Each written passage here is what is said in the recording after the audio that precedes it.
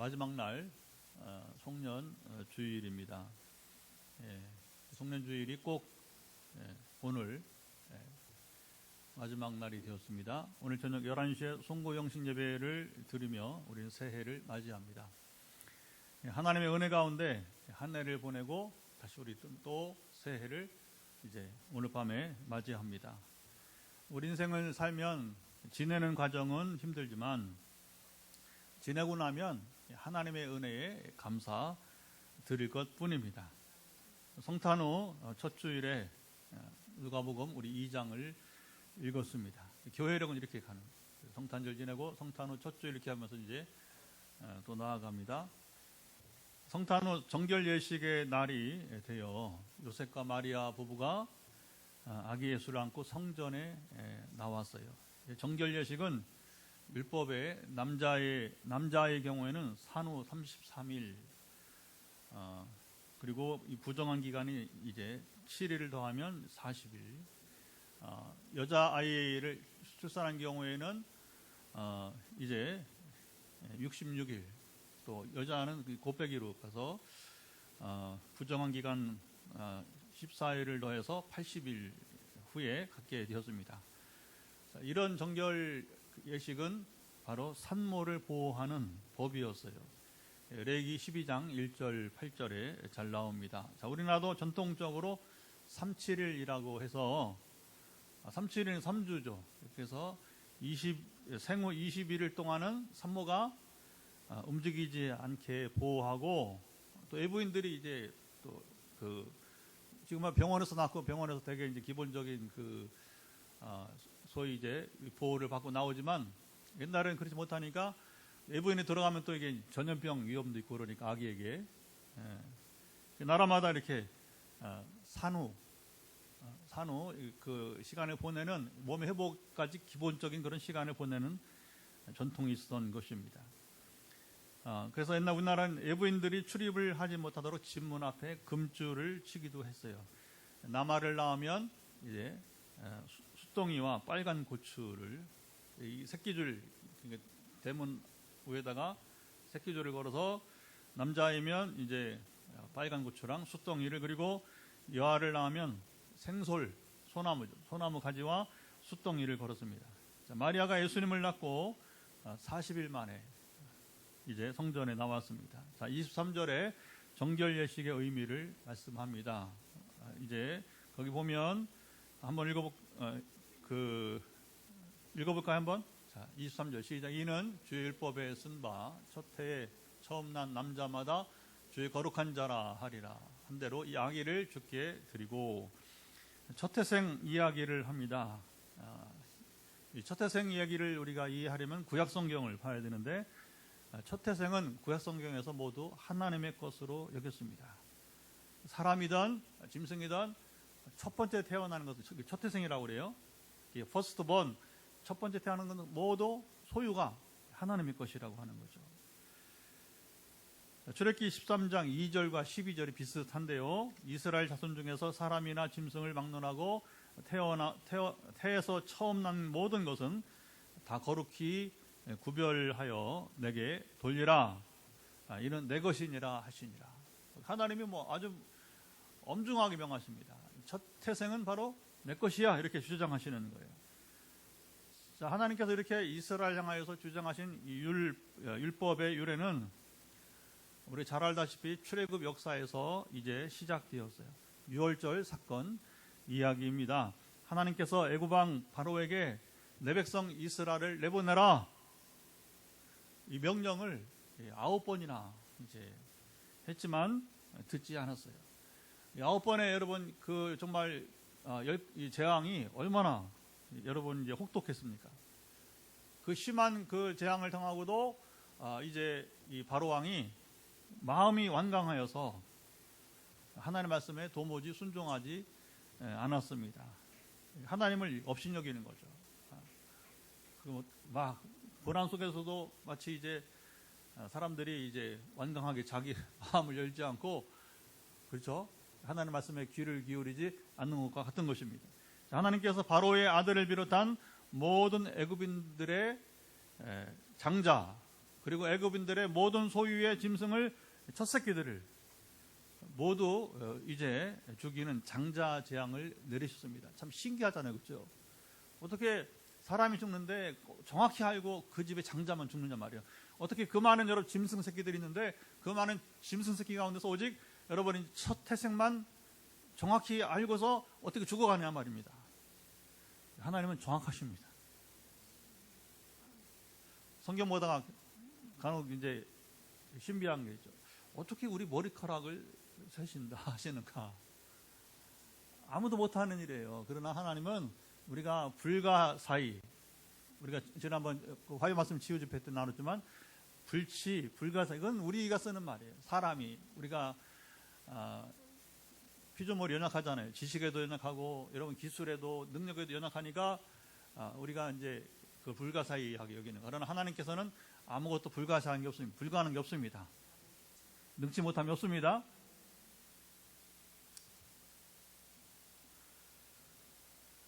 자, 이때 신비롭게도 같은 그 애굽 하늘 아래, 여러분 뭐 땅이 크지만 그 똑같은 애굽 하늘 아래 있던 이스라엘 백성들의 장자 한 명도 죽지 않았어요. 그리고 또 이스라엘한테 목축하는 민족이 아브라함부터 목축하는 민족인데 농사보다 목축에 의존한단 말입니다. 그런데도 그 많은 짐승떼 가운데서 첫 태생이 한 마리도 이제 상하거나 죽지도 않았습니다. 그들의 집에 양의 피를 적신 끈을 진문에 걸어서, 이게 중요하죠. 그 피를 보고 하나님의 천사, 재앙의 천사가 그냥 넘어서 간 거예요. 그리고 그 피가 걸리지 않는 집에 장자와 첫 태생을 죽이게 된 것입니다. 그러니까 이 죽음의 천사가 재앙을 내리지 않고 이렇게 넘어갔다 해서 그게 뭐냐면 유월이라고 하는 거예요. 패스오버. 그냥 지나가는 거죠. 뛰어넘는 거죠. 여러분, 우리 구원 사건은 그런 것입니다. 세상에 많은 사람 살고 있지만 그 많은 사람들 가운데서 우리가 임할 재앙들을 우리가 주시지 않고 우리를 뛰어넘게 하시는 거. 유월이 되는 겁니다. 이게 바로 보혈의 은혜인 줄 믿습니다. 자, 이 재앙을 계기로 바로의 마음이 더는 버티지 못하고 자식 이길 장사가 없는 거죠. 그렇죠? 제 새끼는 자기 자식은 귀한 줄 알아서 되게 자녀가 문제가 있으면 꼼짝 못해요. 누구도. 그 악한 부모도 자기 자식 앞에는 꼼짝 못하는 것입니다. 자, 이스라엘 백성들이 애굽을 떠나도록 바로 왕이 허락을 했습니다. 애굽 사람들도, 좀 신비로운 또 얘기 나오는데, 애굽 사람들이 이스라엘 사람들을 이제 나가라. 근데 제발 나가줘 하면서 뭐냐면 빈손이 아니라 금과 은과 폐물과 그리고 좋은 옷들을 이스라엘 사람들에게 손에 쥐어줬다고 하는 거예요. 하나님 하신 것입니다. 왜? 400년 동안 그들은 아무 임금을 받지 못하고 그냥 무임금, 무노동을 한 거예요. 소위 말하면 이제. 그러니까 이 조상 때부터 그 많은 세월 그들이 원래 노예가 아닌데 요셉을 모르는 왕이 나타나면서부터 그들이 이제 경계한 거죠. 이렇게 하다가는 이 한 민족이 되어서 이 민족이 되면 결국은 이 애굽을 배반할 것이라고 속단하고 잘못 그들을 이제 이렇게 노예로 삼았던 것이죠. 그런데 이제 하나님의 이 10가지 재앙을 통해서, 그러니까 하나님이 10가지 재앙을 내린 이유가 있는 거죠. 그래, 바로 왕과 애굽의 모든 사람들이 하나님이 누군지를 알고, 그래, 하나님을 이제 두려워하도록 하면서 그 두려운 마음이 어떻게 됩니까? 제발 이스라엘 유대인들 제발 나가줘 하는데 이제 빈손이 아니고 이렇게 하나님은 이런 공평하신 분이십니다.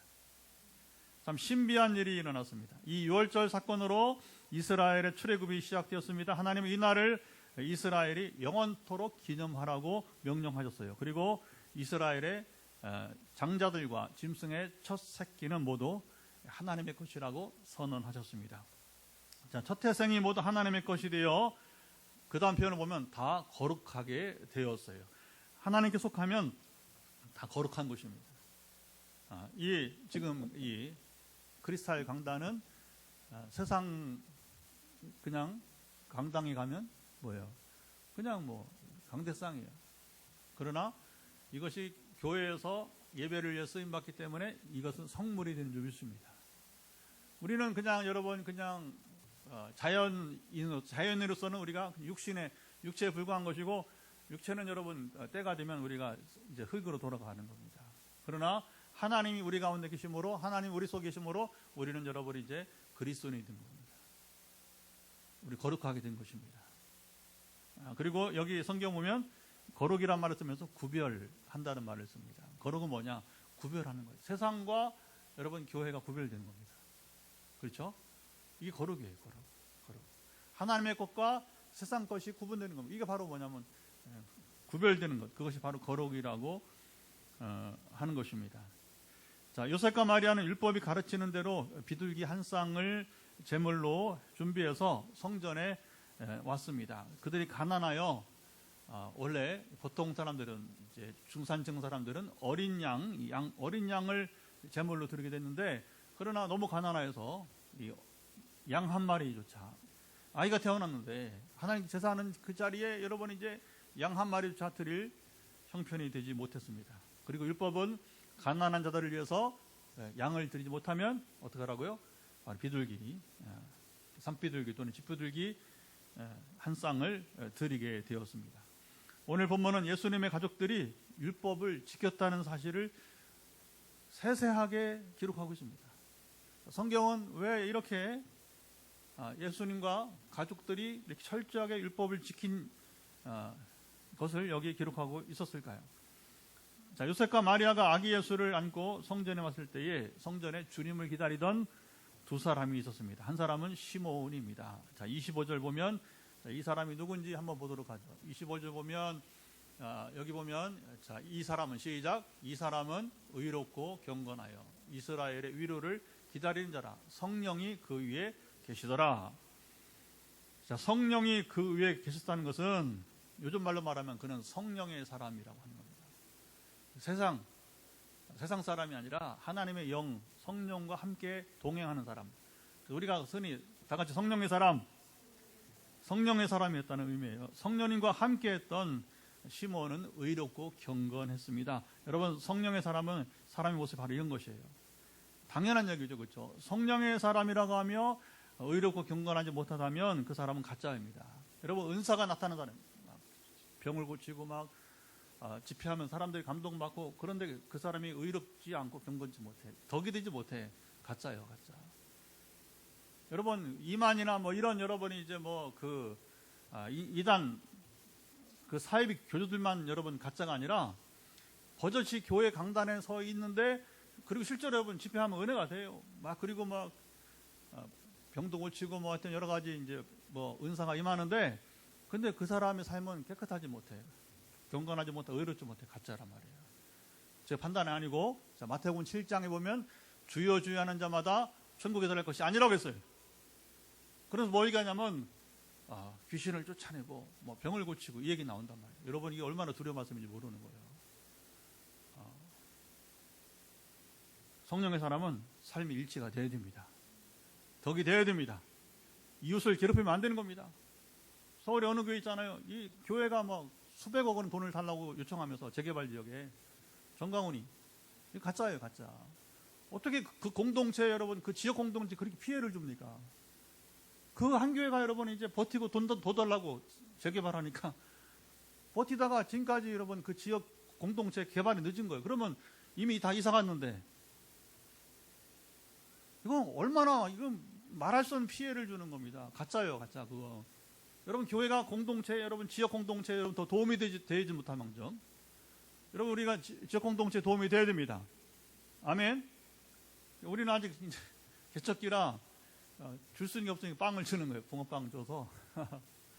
그리고 우리가 하나씩 은혜로 기도로 섬기면서 병든 자들을 우리 지역에, 또 우리가 지역을 넘어서 다른 시도에, 또 열방에까지 이렇게 우리가 하나님 가라고 하니까 그러니까 어쨌든 하나님 우리의 준 은혜를 우리는 나누면 될 것입니다. 시몬은 이스라엘의 위로 메시아를 기다렸습니다. 당시 시몬의 나이는 모르지만 문맥을 보면 상당히 많았습니다. 꽤 늙은 노인이 된 것입니다. 성령께서 그에게 특별한 것을 성령의 사람이니까 알게 하셨습니다. 주의 그리스도를 보기 전에는 죽지 아니하리라. 26절 어느 날 그가 성전에 들어가는데 마침 아기 예수께서 이제 부모들과 함께 정결 예식을 위해서 왔어요. 시몬은 이 아기 예수를 안고 찬송을 드렸습니다. 요셉과 마리아가 그를 신뢰하고 아기 예수를 안도록 허락한 것입니다. 자, 성전에서 아기 예수를 기다린 또 다른 사람은 선지자 안나였습니다. 자, 안나가 누구였는지 볼까요? 36절, 37절 보면, 자, 36절 보면 여기 나이가 매우 시작 나이가 매우 많았더라. 그가 결혼한 후 7해 동안 남편과 함께 살다가 과부가 되고 84세가 되었더라. 이 사람이 성전을 떠나지 아니하고 주야로 금식하며 기도함으로 섬기더니. 자, 안나도 시몬과 같이 나이가 많았어요. 그의 결혼 생활은 순탄하지 못하여 결혼하고 7년 만에 과부가 되었습니다. 안나는 이후 성전을 떠나지 않고 주야로 금식하며 기도로 섬겼습니다. 자, 이렇게 보면 시몬은 성령의 사람이에요. 그리고 안나는 기도의 사람, 다 같이 기도의 사람이었어요. 시몬만큼이나 안나는 범상치 않은 인물이었다는 겁니다. 하나님 모든 사람을 성령의 사람으로 세우지는 않아요. 특별히 쓰시고자 하는 특별한 계획이 있을 때만 성령의 사람으로 쓰시는 것입니다. 여러분, 하나님은 모든 사람을 기도의 사람으로 쓰지는 않아요. 특별한 게 사명입니다. 사명. 그래서 하나님 나로 하여금 기도하게 하시는구나 그러면 이게 사명이에요. 아멘. 사명은 여러분 즐거이 기쁨을 해야 됩니다. 그냥 우리가 편하게 우리 김미옥 타임에서 우리 김 목사님이 기도하러 오는 시간이 있어요. 참 저는 좋아요. 우리 이선옥 기도 타임도 있었는데 요즘 잘 안 보여. 일 때문에. 그래서 이제 우리 교회가 앞으로 그게 굉장히 여러분 소망적인 거예요. 잘 충격을 주는 겁니다. 그래서 우리 이사님이 바쁘지만 다시 한번 제자리를 찾으세요. 그러면 개인도 복을 받고 교회가 이제 든든히 세워져가는 새해가 될 줄 믿습니다.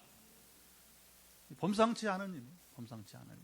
자, 하나님께서는 왜 이 두 사람이 성전을 떠나지 않고 메시아이신 아기 예수를 기다리며 살게 하셨습니까? 왜 그들이 죽기 전에 주님을 만나고 찬양과 감사를 드리게 했을까요? 자, 사복음서는 예수님의 전생에 있어서 율법을 무시하지 않고 100% 완전하게 지키셨다고 전합니다. 피조물인 보통 사람들은 아무도 100% 율법을 범하지 않고 지킬 수 없습니다. 성경은 노아를 의인이라고 말하지만 우리 알죠? 노아가 실수한 거. 그렇죠? 술 때문에 자식을 저주하는. 물론 홍수, 그게 홍수 전에 홍수도 상관없어요. 그 일생을 보면 여러분이 이제 그렇게 하나님 의인을 칭찬했지만 그도 역시 흠이 없지는 않았어요. 다윗도 그는 내 마음에 합한 사람이다. 여러분 이게 성경에 보면 때로 그런 표현들, 그렇죠? 유일하게 에녹이나 여러분 노아 같은 경우는 하나님과 동행한 사람이라고. 그리고 막 의인이라고 칭찬하고. 다윗을 향해서는 막 그는 내 마음에 합한 사람이라고 말하고. 때로는 막 그 성경 보면 그게 하나님이 칭찬하시는 거예요. 이렇게 사람마다. 그래서 그 노아, 다니엘 이렇게 이름을 또 고명합니다. 그래서 욥, 노아, 다니엘 막 이렇게 말하면서 그들이 기도할지라도 이렇게 말을 표현한 거예요. 하나님 인정하시는 사람들을 아예 고명을 하기도 하지만 그러나 다윗도 하나님 마음에 여러분 합했지만 그도 역시 흠이 알잖아요, 그렇죠? 큰 흠이 있었습니다. 주님은 탄생부터 십자가에서 희생제물이 되시기까지 자, 사람들 이렇게 여러분 이제 다 흠이 있지만 그러나 예수님만 이제 전생을 통해서 모든 율법을 다 따르고 순종하였습니다. 주님은 탄생 후 8일 만에 여기 시작합니다. 율법을 지키기 시작한 8일 만에 할례를 행하시게 되었어요. 성경 바로 위에 지금 영상 없습니다. 성경 바로 21절 보면 할례할 거기 읽어볼까요? 21절 할례할 8일이 되매 그 이름을 예수를 하라 하니 곧 잉태하기 전에 천사가 일컬은 바라. 그러니까 정확히 율법대로 8일 만에 할례를 행하시고 그리고 또 이제 여기 보면 이 율법을 행할 수 있도록 요셉과 마리아라고 하는 이제 부모를 허락을 하게 된 거예요. 이게 중요합니다. 사실 우리가 하나님 말씀을 따라 살려면 가족이 다 한 영이 돼야 돼요. 한 마음이 돼야 됩니다. 그래서 사도 바울도 고린도서 1장 10에 보면 같은 말, 같은 마음, 같은 뜻. 우리가 여러분 주님 안에서 한 믿음을 살면 같은 말 시작, 같은 말, 같은 마음, 같은 뜻이 되는 거예요.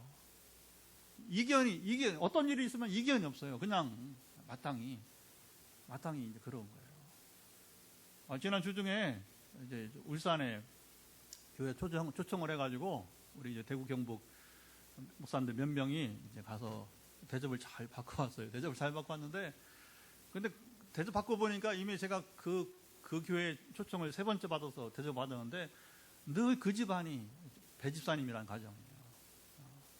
부인은 박군사님 가정인데 그 집이 늘 대접을 하는 거예요. 아니 수십 명이 가던, 이번에는 뭐 6명 갔는데 6명이 가던 어떻게 맨날 그 집이 대접을 해가지고 좀 신기하다 했더니 이번에 처음으로 이제 가까이 제 옆에 앉아서 이렇게 권사님이 간증을 쭉 하는 거예요. 그러면서 뭐라고 하냐면 이제 너무너무 어렵게 살았대요. 그런데 교회도 뭐 남편이 1년, 2년 다니면 또 옮기고, 그러면 자기하고 자녀들이 뭐냐면 남편 때문에 어떻게 같은 교회 다녀 또 옮기고 그러다가 이제 사업이 또 어렵게 돼가지고 임대아파트, 울산에 임대아파트 살다가 그 교회 개척식에 만난 거예요. 근데 하나님이 신기하게 그 마음을 주셔서 교회를 다시 옮기지 않고 지금까지 교회가 한 30명이 지금 1200명 된 울산의 하늘빛 교회, 우리 교단 교회입니다. 그래서 교회와 함께 이제 이 가정의 복을 받은 거예요. 그래서 그러니까 기도하고 낙심하지만 계속 이제 교회를 잘 섬기니까 하나님께서 은혜를 줘서 지난 2023년 한 해 동안 온 가족이 드린 헌금이 3억 원이라고. 지금 액수가 중요한 게 아니고, 그런데 이제 그게 돈이 많아서가 아니라 하나씩 은혜에 감사해서 그렇게 교회의 가장 큰 책임을 맡아주는 거고, 외부에 손님이 온다 그러면 무조건 자기가 먼저 대접을 하는 거예요. 근데 뭔 얘기 하냐면 이제 온 집안이 그렇게 막 변화돼서 좋게 변하는데 사이가 뭐라고 하냐, 사이가 어머니 우리 집안에서 제정신사는 나밖에 없어요. 무슨 말인지 아시겠죠, 그죠? 세상적인 판단과 세상적인 그런 가치관으로 사는 사람 자기밖에 없고 다 하나님 나라 가치관으로 산다는 거예요. 근데 그 말이 굉장히 조금 이렇게 남아요, 인상적으로. 그래서 참 가족이 같이 변화되는 게 얼마나 은혜가 되는가. 할렐루야. 주님은 율법을 다 지켰고, 그리고 이 부모들이 천사가 이름을 예수라 하라 했는데 그대로 순종하여서 역시 그 이름을 예수라고 이름을 짓게 된 것입니다. 자, 하나님의 지시를 따라 예수님과 온 가족이 100% 순종을 했던 것입니다. 자, 오늘 본문에도 예수님이 탄생부터 율법을 철저하게 지켰음을 기록했습니다. 22절 모세의 법대로, 23절 주의 율법에 쓴 바, 그리고 24절 주의 율법에 말씀하신 대로. 3절에서 계속해서 연속해서 뭐냐면 율법을 언급을 했습니다. 또 39절 마지막에 보면 뭐라고 합니까? 주의 율법을 따라 모든 일을 마치고 갈릴리 나사렛으로 돌아갔다, 이렇게 전하고 있습니다. 자, 아기 예수는 생물학적으로 요셉의 아들이 아니고 성령으로 마리아의 몸을 통해서 잉태하셨습니다. 놀라운 신비적 출생입니다. 신학적으로는 우리 보통 사람의 이 출생과 탄생, 우리 이제 낳는 것과 그 다음에 예수님의 탄생을 구분을 이렇게 합니다. 실제로 용어가 좀 다르게, 왜냐면 구분되는 거니까. 주님은 완전한 하나님이시고 그리고 완전한 사람이 되셨어요. 그래서 예수님은 신성과 인성이 이제 완전한, 이게 놀라운 거죠. 그러니까 예수님 이전에 여러분 신이면 신이고 사람이면 사람이죠, 그렇죠? 신성을 가진 자는 신의 신적인 존재이고 인성을 가진 사람이 그냥 피조물인데, 그런데 이게 이해가 안 되는 거죠. 그래서 예수님 오시고 여러분이 초기 교회가 삼위일체를 정하는데 300년. 성교지 신학 때 가면 제가 교회에서 강의하는 걸 들어본 분들은 기억하실 겁니다만 300년 거예요, 300년. 왜냐하면 이게 유래가 없으니까, 유래가. 아니면 사람이면 사람, 하나님 어떻게 그 신이면서 사람이냐? 그것도 완전하게 이해하기까지가 시간이 걸리는 겁니다.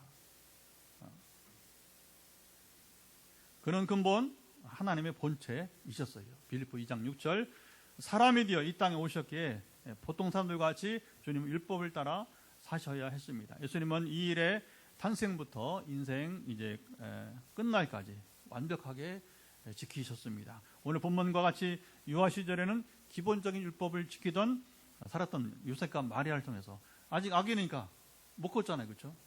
그렇죠? 그러니까 이제 지금은 이 부모가 도와줘야 하는 시기였습니다. 요셉과 마리아는 이 귀한 역할을 잘 감당해 줬습니다. 하나님께서 유대인 약혼자들 가운데 결혼한 가정에 태어나면 안 되는 거죠. 주님이, 그렇죠? 약혼은 하고 아직 결혼하지 않은, 그러니까 유대인 약혼자들 가운데 이 일을 감당할 두 커플을 여러분 하나님께서 예비해 주셨던 것입니다. 참 복 있는 커플이었습니다. 아무에게나 주의 나심을 여러분 허락했겠습니까? 참 이제 우리가 성탄절 지냈지만 또 성탄절에 또 선교사님이 와서 제가 성탄 설교를 못했는데 이게 참 놀라운 겁니다. 마리아의 나이가 10대 중반 정도밖에 안 됐어요. 옛날에 이제 결혼 시기가 빨랐기 때문에 10대 중반에 정말 아이죠. 요즘 아이 어떻게 그래서 가브리엘이 와서 이제 이렇게 수태고지를 할 때에 주님 말씀대로 이루어지시다. 이거 그리고 요셉이 어떻게 이해가 안 되잖아요. 자기랑 관계도 안 했는데 어떻게 아이를 가져. 그런데도 그걸 고스란히 자기가 책임을 지고 자기 아들인 것처럼 마리아를 보호해 주잖아요. 그렇죠? 그러니까 이 일을 감당할 수 있는 사람은 여자는 마리아밖에 없었다. 남자는 요셉밖에 없었다. 할렐루야. 여러분 오늘 우리도 마찬가지예요. 여기 뭐 이렇게 몇몇 계시지만 우리 가운데 여러분이 지금 하시는 일들이 있어요. 제가 하는 일이 있어요. 그런데 그 일을 여러분밖에 못해. 왜? 하나님이 여러분들만이 행하도록 그렇게 여러분 일을 맡기신 것입니다. 아멘. 전에 이제 우리 인천에 우리 아시는 그 최동정 목사님 석천절 교회 이렇게 그분도 한 70명이 지금 하여튼 천몇 명이 되는지 교회가 엄청나게 부흥을 했어요. 그래서 이제 선배 목사님, 선배 그 목회 좀 공개 좀 하라고. 근데 이제 뭐라고 하냐면 그거 하면 뭐하냐, 누가 날 따라오냐, 누가 나랑 똑같을 수 있냐는 겁니다. 보통 여러분 교회가 뭐 1000명, 2000명 막 개척해가지고 그러면 다 뭐냐면 막 자랑하잖아요. 우리가 어떻게 성장했는지 아냐면서 막 이제 그분은 나는 안 한다. 왜? 목회는 스스로 알아서 하는 거. 하나님께서 부름을 따라 나가는 것이지 뭘 그렇게 그걸 공개한다고 그게 되냐. 못 따라간다는 거예요. 왜냐하면 그분은 음악도 잘해. 기도도 많이 해. 공부도 많이 했어. 제가 못 따르는 게 음악이에요. 음악. 그러니까 뭐 예배가 뭐 음악이 굉장히 중요하게 여겨지고 실제로 전문가들이 많이 등장해서 실용음악, 실용음악. 클래식은 아니고요. 그러니까 뭐 이제 그걸 안 된다는 겁니다. 근데 지내고 보니까 그때는 이런 지금 보면 이해를 할 것 같아요. 왜냐하면 그건 그분에 대한 부르심이지 다른 목사님들의 부르심이 아니라고 하는 거예요. 그걸 또 따라갈 수가 없다는 거죠. 그러니까 각자 부르심을 따라서 거기에 충성되어 일하면 된다는 것입니다. 아멘. 오늘 여러분들이 나를 부르시면 무엇인가 그 일에 충성되게 일하시면 되는 겁니다. 여러분 근데 그 일을 보면 다른 사람 못해요. 제가 사는 것도 좀 특이합니다. 누구든 저처럼 개척해서 뭐 건축하고 이렇게 그건 될 수 없는 거예요. 하나님 저를 향해서 부르신 것만 부르심을 쫓아서 저는 나아가는 것뿐인 것입니다. 그러니까 여기 요셉과 마리아도 그렇게 우리가 보면 이해를 하면 될 것 같습니다. 정말 귀한 커플이었습니다. 주님은 12살 청소년기에는 자율적으로 율법을 지키고 이제 성장했습니다. 그렇죠? 그리고 성전에서 부모 없이 율법 교사들과 토의하기도 했어요. 그러다가 이제 요셉 마리아 그냥 집으로 가버리잖아요. 그다음 2, 3일 다시 찾아와서 이제 주님 만나는 일이 있었지 않습니까? 이거 뭐예요? 주님이 스스로 이제 자율적으로 율법을 지키기도 하고 또 율법을 토의하는 성숙하게 된 것이고 예수님은 성인이 되어서 하나님 나라와 복음을 전파하고 가르칠 때에 율법 이야기를 하셨습니다. 예수님은 산상수훈 초반에 내가 율법이나 선지자를 폐하러 온 줄로 생각하지 말라. 폐하러 온 것이 아니라 완전하게 하려 함이라. 이게 마태복음 5장 17절. 산상수훈이 마태복음 5장, 6장, 7장인데 지금 팔복을 바란 다음에 바로 말씀하신 것이 바로 뭐냐면 이 율법 이야기가 됩니다. 주님은 평생 아무 죄가 없이 사셨습니다. 자 보세요. 예수가 아무 죄도 없었다는 사실은 뭐예요? 율법을 100% 순종했다는 것입니다. 물론 태생부터 그는 신적인 기원이 있기 때문에 요셉의 아들이 아니라고 했잖아요. 그렇죠?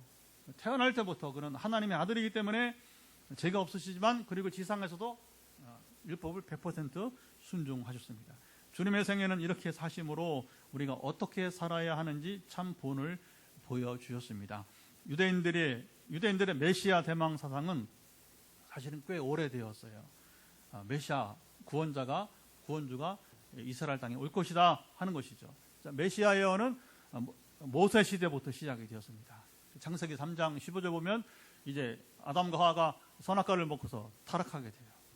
그런데 바로 하나님은 메시아 탄생을 말씀하십니다. 여자의 후손이 뱀의 머리를 밟을 것이라고. 뱀은 사단의 권세, 사단의 머리 뭡니까? 사단의 권세를 이제 제압한다는 것이죠. 십자가에서 주님이 이제 희생제물을 드리면 사단의 목은, 여러분, 사단의 머리는 밟히게 된 것입니다. 무슨 말이냐? 더 이상 사람들로 사단이 하는 머리만 죄를 짓기 위해서, 그렇죠? 아담과 하도 선악과 먹어라, 괜찮다. 하나님 먹으면 안 돼요. 반드시 죽는다고 했단 말이에요. 그런데 사단은 뭡니까? 뱀으로 나타나서 그렇지 않다 하면서 이 하나님의 율법을 이렇게 깎아내리는 거예요. 약화시키는 거죠. 그래서 성경은 말씀을 더하거나 빼지 말라고 했는데, 말하자면 이제 이 사단이 와서 유혹을 하는 거죠. 계속 사람들을 죄를 짓게 하는 거예요. 그런데 죄 용서가 안 되는 겁니다. 짐승 제사는 한계가 있고, 그런데 이제 예수님께서 오심으로, 자, 중요합니다. 예수님의 보혈은 우리 죄를 사하기도 하지만 죄를 이기는 능력을 주시는 거예요. 여러분, 예수 그리스도의 은혜를 경험한 사람은 단지 나는 이제 은혜 받았어, 나는 이제 구원 받았어, 아니, 끝나는 게 아니에요. 이건 시작이고 뭐냐면 죄를 이기며 살아가야 되는 것입니다. 이게 보혈의 능력의 진가는 뭔지 아세요? 죄를 이기며 사단의 권세를 이기게 되는 겁니다. 귀신이 벌벌 떨어야 되는 겁니다. 저도 이것을 경험하기까지 30년. 부름이 다른 거지만 30년 걸려. 2010년에서야 결국 이제 이게 실제로 이제 그걸 경험하는, 뱀이 벌벌 떨, 저 뱀이 아니라 사단이, 여러분, 귀신이 벌벌 떨고, 여러분이 이제 죄 권세를 이기는 경험을 하게 되는 거예요. 자, 이후 또 모세는 신명기 18장 15절에 그 선지자는 더 프라핏, 하나밖에 없는 그 선지자, 정권사 그리스도를 예언을 했습니다. 이후 다윗도 시편을 통해서 시편 여기저기 메시아 예언이 있었지만 집중적으로 메시아 예언이 있었던 것은 문서 예언자 시대인 겁니다. 이사야부터 말라기까지 말한 겁니다. 그 이사야가 제일 많이 예언하죠. 이사야가. 그리고 마지막에 말라기까지 줄곧 메시아 대망 사상이 이어지는 것입니다. 자, 유다 왕국 멸망 이전부터 바벨론 포로에서 귀환 후까지, 그렇죠? 말라기 같은 경우는 마지막 성경은 뭐예요? 이제 바벨론 포로 돌아와서 이제 시간이 좀 지난 다음에 일이거든요. 자, 유대인들이 이후 메시아 대망을 더욱 하게 된 것은 로마의 식민 통치가 장기화되면서부터 그렇습니다. 원래 고난이 짧으면 괜찮은데 장기화되면 그 다음에 고민이 되기 시작하는 거예요. 그때에 메시아 대망 더 무르익게 되는 것이죠. 유대인들이 기다리던 메시아는 그런데 잘못되었습니다. 초월적 능력으로 오는 메시아, 국가적 소망을 성취하게 오시는 메시아, 로마 통치로부터 해방시킬 메시아, 유대인들만을 이게 온 세계 구주가 아니라 유대인들만을 위해 오시는 메시아, 그들은 이런 메시아를 기다렸어요. 자, 이런 메시아 대망 사상은, 자 보세요, 예언자들이 전한 메시지와는 전혀 다른 것이었습니다. 교리가 무섭습니다. 그러니까 이런 교리를 가지고서 성경을 읽어요. 우리는 지금 막 그 이사야 53장을 중심으로 막 읽으면 금방 주님은 고난당하시는 메시아. 그런데 그들은 그걸 배제시키는 거예요. 왜? 우리 그들 기다리는 메시아는 고난당하는 메시아로서는 감당할 수 없는 거예요. 그러니까 어떻게 해야 돼요? 초월적인, 초능력적인, 로마의 통치부 자기들을 해방시킬 그런 메시아로만 기다리다 보니까 성경이 읽혀지죠. 여러분, 사람의 생각이 그러하면 성경이 읽혀지지 않는 거예요. 자기가 원하지 않는 말씀은 보이지 않는 겁니다. 이게 그래서 뭐예요? 예수님이 듣긴 들으나 듣지 못하고 보긴 보나 보지 못한다는 거예요. 우리 마찬가지 오늘 여러분들이 혹시 어떤 생각에 집착돼서 자기 그 뜻을 버리지 못하고 성경이다면 하나님이 말씀하시고자 하는 바를 들려요, 안 들려요? 안 들려. 절대 안 들려. 이게 여러분 딜레마예요. 여러분 인생의 그 문제들이 보여야 되는 눈에 안 보여요. 그래서 예수님이 그걸 경고한 겁니다.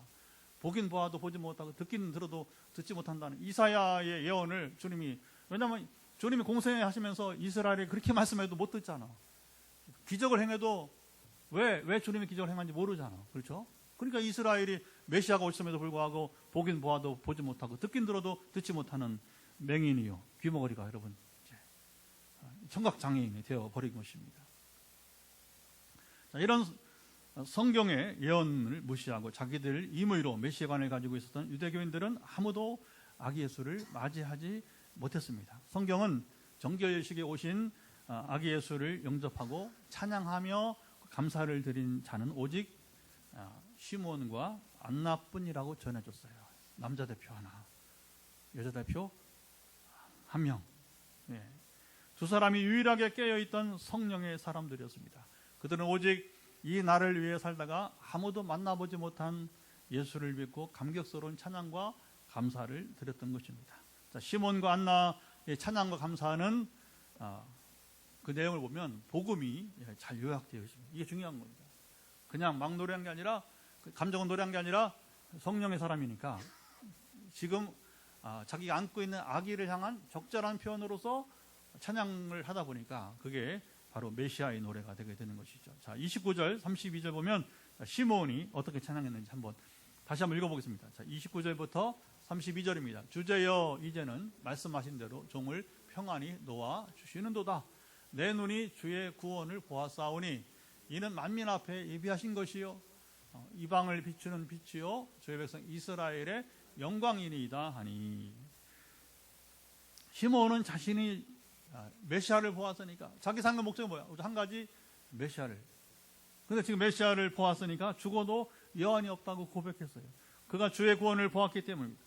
구원은 주님으로부터 말미암아 이루어지는데 그는 미리 그것을 눈으로 본 것입니다. 할렐루야. 이 말씀은 우리 번역으로는 잘 안 맞아요. 이 언어가요, 통역이라는 게 참 어렵습니다. 이런 부분. 그래서 성경 읽다 보면 조금 이렇게 깔끔하지 못해. 그건 번역이 부족한 거예요. 이걸 좀 살려서 번역을 해줘야 되는데, 근데 히브리인들은 이런 표현을 들어도 금방 이제 자기 말이니까 이번에도 이제 우리 프랑스하고 콩고 가잖아요. 그러면 이미 원고를 다 전해준 거예요. 왜냐하면 이제 프랑스어로 통역을 해야 하잖아요. 또 이게 콩고는 그 프랑스어도 하고 스와힐 자기 전통 부족 두 거지안을 더 쓴대요. 뭘로 할지 몰라. 가봐요. 신학생들이 잘 이해하는 것으로 이제 통역을 하겠지만, 거기 현지 이제 그 책임 목사님, 디렉터 목사님이 원고를 빨리 주셔야, 왜냐하면 강의 내용이 많으니까, 설교 3일 동안 부흥의 내용이 많으니까 미리 달라고 해서 바로 전달해가지고 지금 준비를 하고 있습니다만, 성경 볼 때 좀 난해하다 그러면 뭐예요? 번역이 어렵다는 거예요. 왜 번역이 어렵느냐? 언어가 어려운, 언어 문화가 어려운. 그러니까 언어 문화를 다 꿰뚫고 이해해야 그것을 우리에게 맞게 번역을 하는데, 그래서 부득이 뭐냐면 여러분들 성경 볼 때 잘 이해가 안 되면 요즘은 홀리넷을 여러분이 검색을 하면 거기에는 한꺼번에 우리 지금 쓰는 개혁개정, 옛날 개혁 한글, 그 다음에 공동번역, 새번역, 표준 새번역, 우리말만 한 5개, 그리고 영어가 또 한 3개 이렇게 있어요. 중국어, 일본어 하는 사람들, 그러면 이 한 그 네트워크에 뭐냐면 검색을 할 수가 있어요. 검색을. 그러면 이제 가령 지금 이제 이 말씀이다. 그러면 이 말씀을 놓고 대역을 할 수가 있어요. 그러면 영어 좋아하는 영어를 해보면 조금 더 낫습니다. 조금 더 이제 그 이해하기가 좋긴 해요.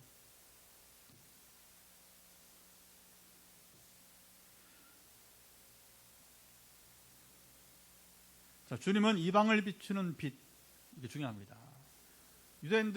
유대인들만 구원하는 메시아를 기다렸는데, 지금 뭐냐면 이제 여기 시몬은 그렇지 않다. 주님은 저 아이를 좀 저기 뒤에 데려다 좀 줘요. 우리 저기 유아실에 데려다 줘요. 잘 놀 것 같다. 괜찮아요. 힘들지 아이가? 괜찮아요. 편하게 우리 하준이랑 같이 예배를 드리면 될 것 같아요. 유대인들만을 구원하는 메시아를 기다리는. 그러나 성령의 사람 시몬은 주님은 그렇지 않다. 이방을 비추는 빛이시다. 유대지경을 넘어서 유대만 아니라 유대인을 넘어서 비추는 빛이시다. 할렐루야. 하나님의 선택받았던 민족 이스라엘의 영광이시다. 이방을 비추시는 빛이면서 또 이스라엘에게는 영광이 되신다. 이렇게 찬양을 통해서 선포했습니다. 성령의 사람 시몬은 정확하게 하나님의 음성을 듣고 나이 많아 늙기까지 포기하지 않고 메시아를 기다렸습니다. 때가 되었습니다. 저 성경 보면서 자 주목하세요. 하박국서 2장 3절 보면 의인은 믿음으로 살리라 하면서 그 앞에 뭐라면 정한 때가 있나니. 여러분 이게 이제 카이로스예요. 하나님의 때. 세상 그냥 시간 흘러가는 것처럼 보이는데 어느 순간에 하나님이 여러분 임하셔서 역사하신 때가 있어요. 그게 정한 때가 되는 것입니다. 여러분 주님은 아무 때나 오시지 않아요. 정한 때에 오신 줄 믿으시 바랍니다. 우리 일이 때로는 잘 풀리지 않아요. 근데 왜 그러냐면 정한 때가 되지 않았기 때문에 기다리세요. 가장 좋은 때 여러분이 가장 좋은 것을 하나님이 응답하실 줄 믿으시 바랍니다. 그리고 실제 그것을 누리시기 바랍니다. 아기 예수가 오시자 그는 금방 알아보고 자기가 해야 할 찬양 제사를 드렸던 것입니다. 시몬은 당시 유대인들 가운데 가장 복된 인생을 살았어요. 안나는 일찍 홀로 되었지만 평생 성전을 떠나지 않고 기도하는 선지자로 살았습니다.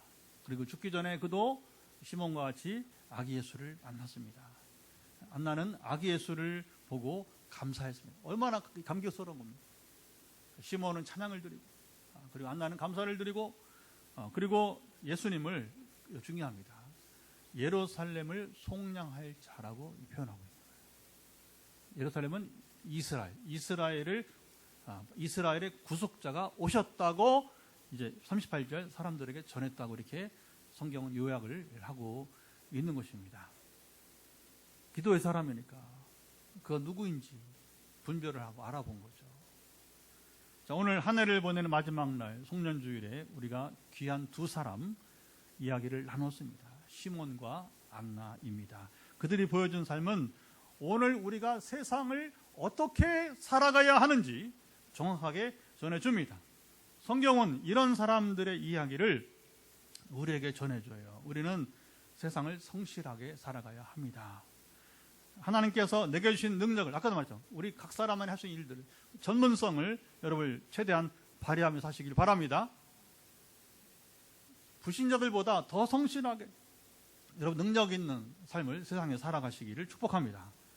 하지만 자, 그게 세상적 성공이죠. 그렇죠? 세상 성공인데 하지만 세상 생활에만 매이면 안 됩니다.